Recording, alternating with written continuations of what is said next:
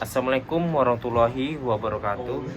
Perkenalkan, nama saya Midat Takiyaya dengan NPM 207052665 dari kelas A2 D4 K3 tahun 2020. Pertanyaan apa yang sudah saya pelajarin dari mata kuliah Sistem Manajemen K3 selama satu semester ini?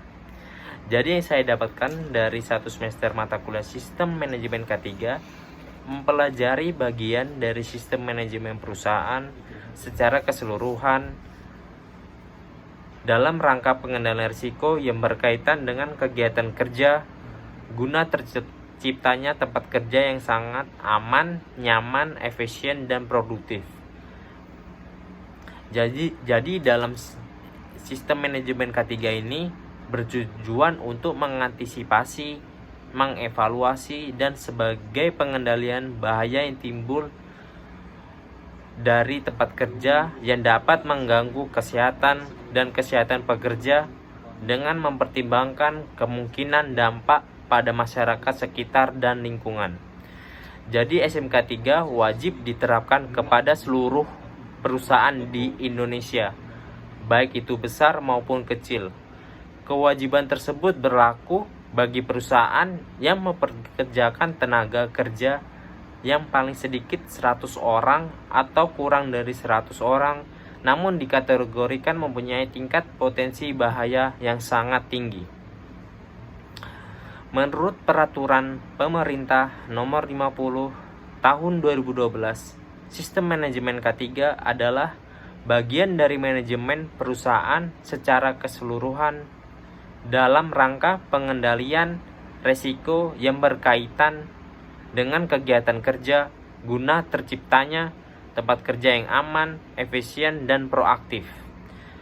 Apa tujuan dari penerapkan SMK 3 di sebuah perusahaan?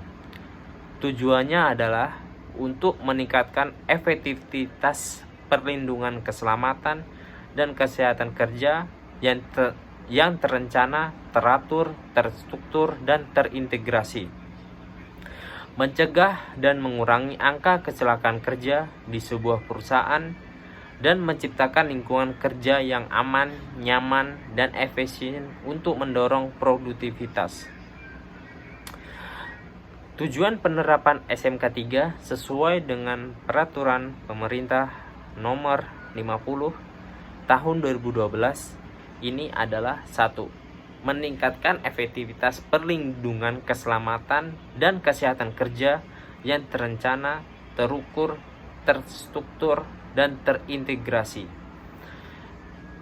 Kemudian yang kedua, mencegah dan mengurangi kecelakaan kerja dan penyakit akibat kerja dengan melibatkan unsur manajemen pekerja. Yang ketiga, menciptakan tempat kerja yang aman, nyaman, dan efisien untuk mendorong produktivitas bagi pekerja atau perusahaan. Mengapa keselamatan kesehatan kerja K3 itu perlu diutamakan di perusahaan? Karena K3 merupakan upaya kita untuk menciptakan lingkungan kerja yang sehat dan aman sehingga dapat mengurangi probabilitas kecelakaan kerja atau penyakit akibat kerja, kelalaian yang mengakibatkan demotivasi dan defense produktivitas kerja. Apa sajakah lingkup manajemen itu? Yaitu yang pertama, planning atau merencanakan.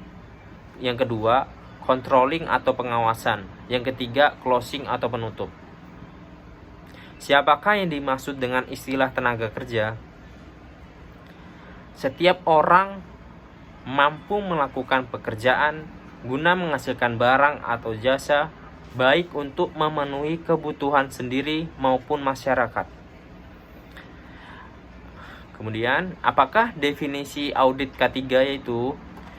Definisi audit K3 yaitu pemeriksaan secara sistematis dan independen terhadap pemenuhan kriteria yang telah ditetapkan untuk mengukur suatu hasil kegiatan yang telah direncanakan dan dilaksanakan dalam penerapkan SMK 3 di perusahaan.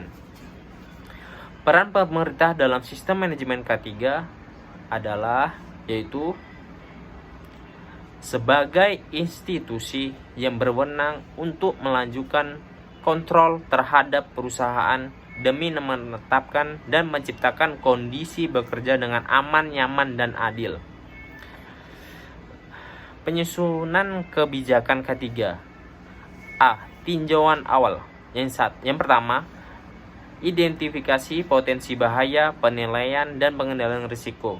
Kemudian yang kedua, perbandingan penerapan SMK 3 dengan perusahaan dan sektor lain yang lebih baik. Yang ketiga, peninjauan sebab akibat kejadian yang membahayakan di perusahaan. Yang keempat, kompensi dan gangguan serta hasil penilaian sebelumnya yang berkaitan dengan keselamatan dan kesehatan. Yang kelima, penilaian efisiensi dan efektivitas sumber daya yang disediakan. Penyusun kebijakan ketiga. B. Memperhatikan peningkatan kinerja manajemen K3 secara terus-menerus. C. Memperhatikan masukan dari pekerja atau buruh atau di dalam perusahaan tersebut.